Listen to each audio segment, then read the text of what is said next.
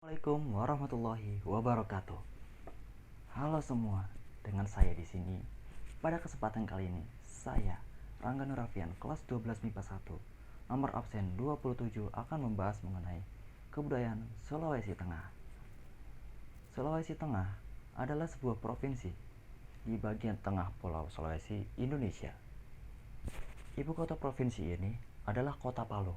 Luas wilayahnya provinsi ini sekitar 61.841,29 km persegi. Dengan jumlah penduduknya 3.222.241 jiwa. Luas provinsi ini merupakan wilayah terluas di antara semua provinsi di Pulau Sulawesi. Dengan penduduk terbanyak kedua di Pulau Sulawesi setelah Provinsi Sulawesi Selatan. Provinsi Sulawesi Tengah memiliki banyak sekali suku bangsa dan yang mendominasi adalah suku Kaili. Selain itu, masyarakat-masyarakatnya juga memiliki kurang lebih 22 bahasa yang berbeda di antaranya bahasa Kaili, bahasa Pamano, bahasa Mori, bahasa Banggai, bahasa Saluan, bahasa Balantak, bahasa Bugis, dan lain-lain. Sulawesi Tengah terkenal kaya akan budaya yang diwariskan secara turun-temurun.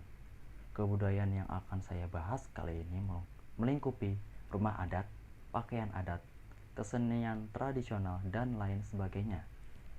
Yang terlebih dahulu saya bahas adalah dari rumah adat. Rumah adat yang pertama, rumah adat Tambi. Rumah adat ini merupakan tempat tinggal untuk semua lapisan masyarakat. Masyarakat di Provinsi Sulawesi Tengah mengenal rumah ini sebagai rumah untuk tempat tinggal. Rumah adat Tambi ini berbentuk segi empat dengan atap berbentuk piramida dan terbuat dari daun rumbia atau ijuk. Rumah ini didirikan dengan tiang yang terbuat dari kayu bonati. Ruangan utama disebut lobona dan rumah ini tidak ada kamar-kamar. Pintunya berbentuk 4 persegi yang menghadap ke depan.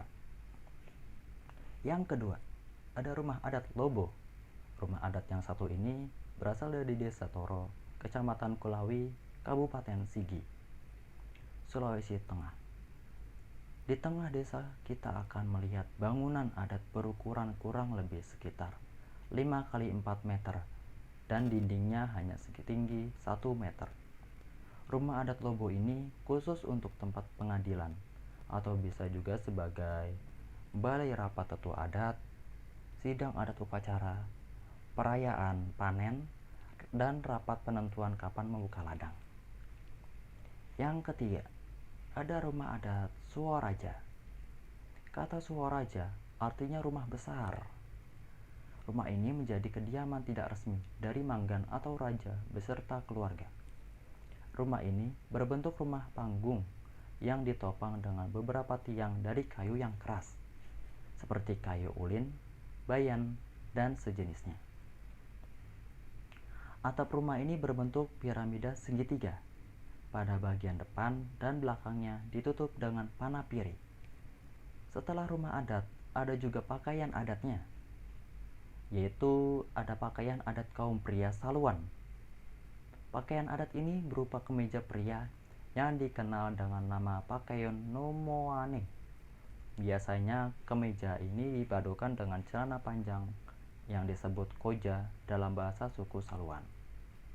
Selain itu, ditambahkan pula penggunaan sungkup nubak untuk menutupi bagian kepala dan sarung yang disebut lipa untuk pelengkap celana panjang.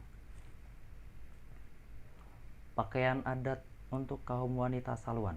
Pakaian adat ini dipakai oleh wanita dalam upacara adat tumpel, yakni berupa baju sungkup nubak. Baju ini biasanya berwarna merah jambu dan dipadukan dengan ikat pinggang warna hitam.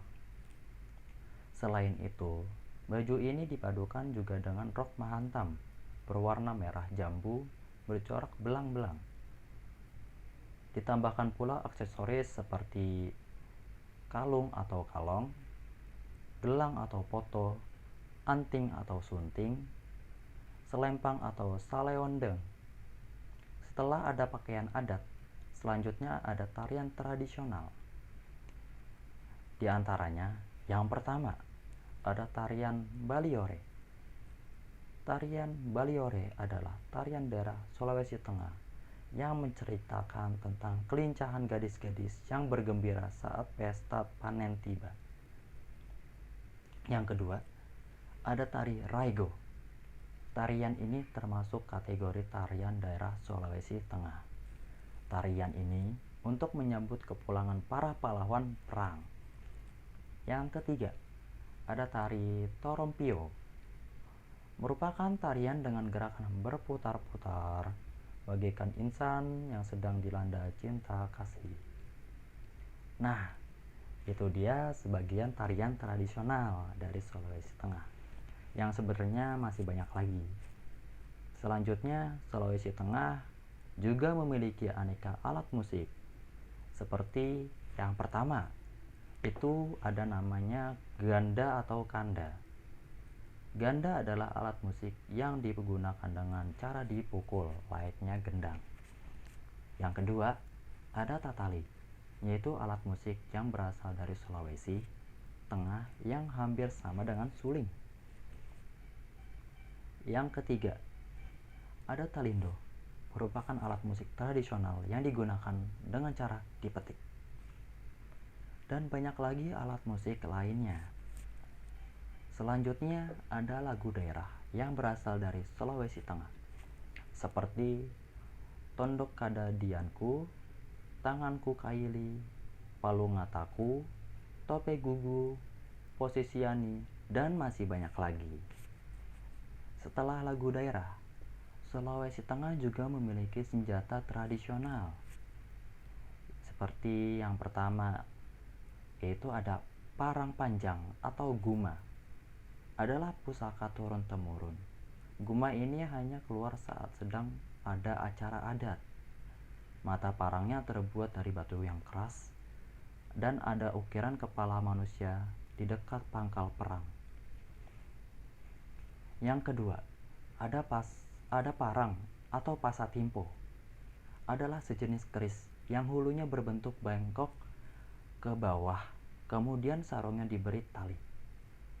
Yang ketiga ada tombak kanjai atau surampa, yaitu sejenis senjata panjang yang sering dipakai masyarakat yang bentuknya berupa tombak bermata tiga seperti senjata trisula.